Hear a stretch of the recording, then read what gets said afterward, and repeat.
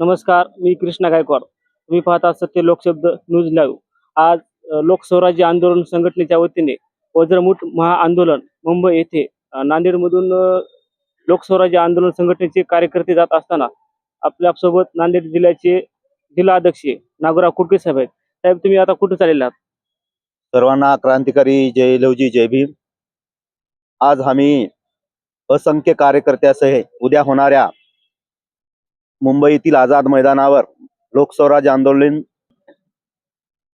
वज्रमुठ महाआंदोलन प्राध्यापक भरांडे सरांच्या नेतृत्वामध्ये अख्ख्या महाराष्ट्रातील तमाम समाज बांधव उद्यापासून महाधरणे आंदोलन करणार आहे. कारण अनुसूचित जाती आरक्षणाचं वर्गीकरण हे झालंच पाहिजे. इथला सरकार गेल्या अनेक दिवसापासून 1 ऑगस्ट 2024 ला अनुसूचित जाती आरक्षणाचं वर्गीकरण केलं पाहिजे असं सुप्रीम कोर्टाने निर्णय दिल्याच्या नंतर आजूबाजूचे कर्नाटक असेल, हरियाणा असेल, तेलंगणा असेल, कालच कर्नाटक सरकारने सुद्धा आरक्षणाचं उपवर्गीकरण केलेले आहे.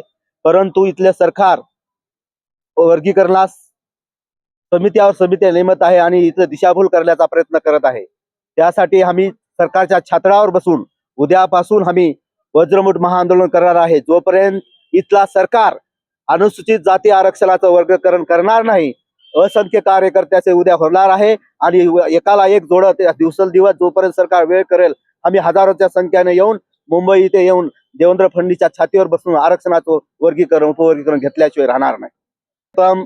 तुम्हाला सर्वांना सांगतो की अनुसूचित जाती आरक्षणाचं वर्गीकरण हे संविधानाला धरून आहे.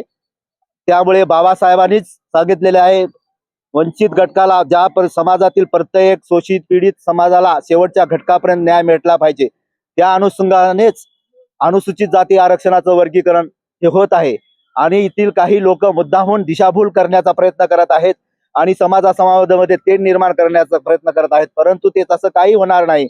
यांनी किती काही केलं तरी हे जे संविधान पद्धतीनेच आरक्षणाचं वर्गीकरण ची मागणी आहे, ही खूप दिवसापासूनची मागणी आहे आणि ती मागणी योग्य असून ती मागणीला कोणाचा विरोध जरी मुद्दामून करत असली तरी त्याला असंवैधानिक आहे आणि वैज्ञानिक आहे. यामुळे कुठल्याही समाजाने, मातंग समाज असेल, बुद्ध समाज असेल, अनुसूचित जातीमधले 59 जाती असतील, त्यांनी एकमेकाच्या विरोधात ही समाजाची लढाई नाही, ही न्याय हक्काची लढाई आहे, ही समानतेची लढाई आहे. त्यामुळे मी सर्व समाज बांधवाला अशी विनंती करतो की आपण आपसामध्ये काही वाद करू नका. वज्रमुठ महाआंदोलन तुमचं मुंबईला आहे, ते किती दिवसासाठी आहे? वज्रमुठ महाआंदोलन आमचं जोपर्यंत सरकार इथला अनुसूचित जाती आरक्षणाचं वर्गीकरण करणार नाही तोपर्यंत आम्ही तिथे ठाण मांडून बसणार आहोत. आपल्यासोबत नांदेड जिल्ह्याची युवक आघाडी जिल्हा अध्यक्ष गोविंद रेड्डी आहेत. तर तुम्ही काय सांगू शकता या विषयावर?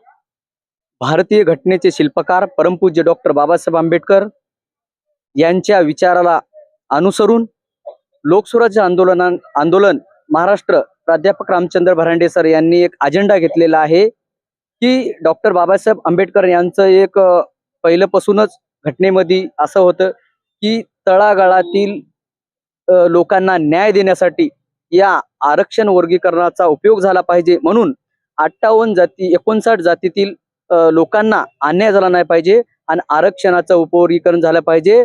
त्याच्यामध्ये मातंग, होलार, ढोर, चांबार जेवढे ह्याचे पोटजाती आहेत त्यांना वर्गीकरण झालं पाहिजे, ही भूमिका आहे. त्या भूमिकेसाठी आम्ही आज मुंबईला वज्रमुठ आंदोलन करण्यासाठी जात आहोत. धन्यवाद. ओके सर, तुमचं म्हणणं काय? गेल्या 30 वर्षापासून लोकस्वराज्य आंदोलनाच्या माध्यमातून प्राध्यापक रामचंद्रजी भरांडे साहेब यांच्या नेतृत्वाखाली आरक्षण वर्गीकरण झालं पाहिजे याविषयी धरून आम्ही लढत आहोत. आजपर्यंत इथलं सरकार फक्त समितीवर समिती नेमून आम्हाला वेळ मारून येण्याचं काम करत आहे. म्हणून आम्ही उद्यापासून मुंबई आझाद मैदानावर वज्रमुठ हा धरणे आंदोलन करणार आहोत. जोपर्यंत आरक्षणाचं वर्गीकरण होणार नाही, जोपर्यंत इथल्या वंचित घटकाच्या समूहाला न्याय मिळणार नाही, तोपर्यंत आमचं वज्रमुठ धरणे आंदोलन चालूच राहणार आहे. आणि जोपर्यंत आम्हाला आमचा आरक्षणाचा वर्गीकरणाचा प्रश्न सुटणार नाही तोपर्यंत आमचा लढा असाच चालू राहील. धन्यवाद.